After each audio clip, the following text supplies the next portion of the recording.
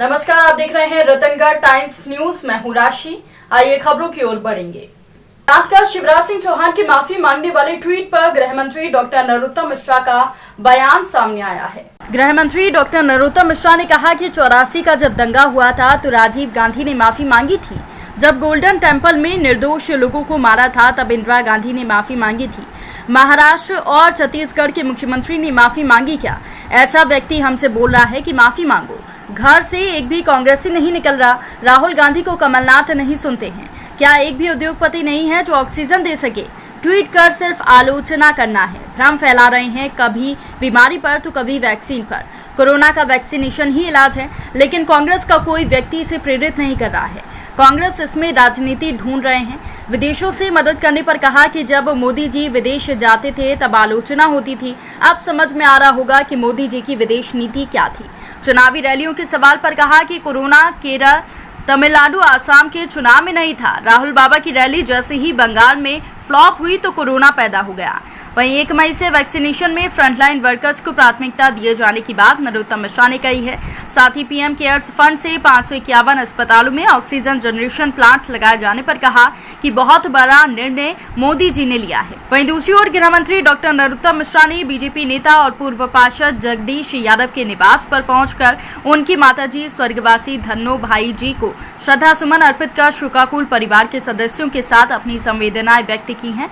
गृह मंत्री के साथ दतिया से वरिष्ठ पार्षद मुकेश यादव भी उपस्थित थे। जब मोदी जी विदेश जाते थे तो आलोचना करते थे। अब समझ में आ रहा होगा कि ग्लोबल नीति कितनी सफल थी। जब पाकिस्तान अलग थलग पड़ा तब समझ में आया होगा, चीन अलग थलग पड़ा तब समझ में आया होगा कि मोदी जी की ग्लोबल नीति क्या है, वैश्विक नीति क्या है, विदेश नीति क्या है। आलोचना करना अलग है, मुंह चलाना अलग बात है, काम करना अलग बात। अच्छा, ये चुनाव की आपने पूछा, अच्छी पूछ ली।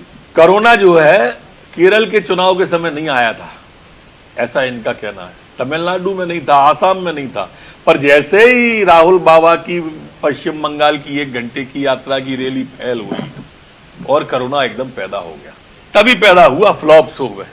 पहले क्यों नहीं पैदा हुआ था? अरे ऐसा क्या करते हो आप लोग भाई? ऐसा काम करो, अगर था तो वो केरल में भी होना था, यहाँ भी होना था और वहां भी होना था। इसी तरह से दूसरा वो देखो, ये अपनी सुविधा से तर्कों को गढ़ते हैं। देश की जनता खूब बखूबी जानती है। ईवीएम पे सवाल उठाएं, सेना पे सवाल उठाएं, सीएए पे सवाल उठाएं, कृषि कानून पे सवाल उठाएं, उठाते अपनी सुविधा से हैं। जो भी देश को तोड़ने वाली, समाज को बांटने वाली बात होगी, वहां ये खड़े मिलेंगे आपको, सब टुकड़े टुकड़े गैंग के साथ। प्रधानमंत्री जी का ये, जैसे उन्होंने वैक्सीन के रूप में संजीवनी दी है, ऐसे ही ऑक्सीजन के रूप में भी प्राण दिए हैं, प्राणवायु दी है। और मैं समझता हूं कि पूरे देश के अंदर हमेशा के लिए अगले 15 दिन में ये समस्या का समाधान हो जाएगा। पाकिस्तान का प्रधानमंत्री कौन है? तो हमारा दामाद नहीं आता आजकल सामने। मास्क की वजह से थोड़ा वो आती है ना दिक्कत, परेशानी है।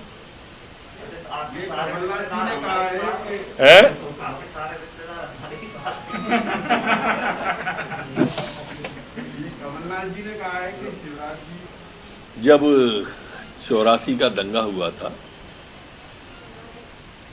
तो क्या राजीव जी ने माफी मांग ली थी? जब स्वर्ण मंदिर में निर्दोष लोगों को मारा तो माननीय इंदिरा जी ने मांगी थी। चलो ये पुरानी बातें, इनको छोड़ देते हैं। अभी नंबर 1 पर जो प्रदेश है कांग्रेस समर्थित मुख्यमंत्री, महाराष्ट्र ने माफी मांग ली। छत्तीसगढ़ माफी मांगी है क्या वकील? अरे हम तो 10वें नंबर पे हैं। 2 लाख का 10 दिन में कर्जा माफ कर देंगे, नहीं करा। कमलनाथ जी ने माफी मांगी। आज भी समझाने की कोशिश करते हैं कि हमने कर दिया कर्जा। 10 दिन की नहीं कहते, 2 लाख की नहीं कहते। ऐसा व्यक्ति हमसे कह रहा है कि माफी मांग ले। बड़े दुख की बात है मित्रों, खेद का विषय है। घर से नहीं निकल रहा एक भी कांग्रेस। राहुल गांधी ने कहा कि अस्पताल में जाओ, उनको मालूम ही नहीं मध्य प्रदेश में कमलनाथ जी हैं जो उनकी एक भी बात मानते ही नहीं। ट्वीट करके अपने फर्ज की इतस्री करने वाले लोग माफी मांगने की बात कर रहे हैं। वैक्सीन है, पर वैक्सीन के लिए कोई प्रेरित कांग्रेस का आदमी करता नहीं मिलेगा आपको, क्योंकि वो इसमें राजनीति ढूंढ रहे हैं। आदरणीय कमलनाथ जी, इसमें राजनीति मत करो। ये प्राकृतिक आपदा है, ये वैश्विक आपदा है, ये सिर्फ मध्य प्रदेश में नहीं है, ये पूरे विश्व के अंदर है।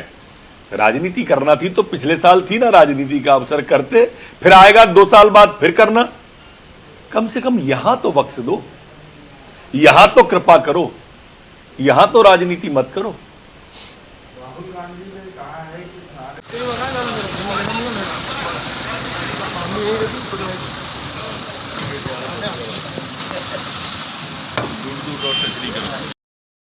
फिलहाल के लिए रतनगढ़ टाइम्स में इतना ही। आप बने रहिए हमारे साथ। नमस्कार।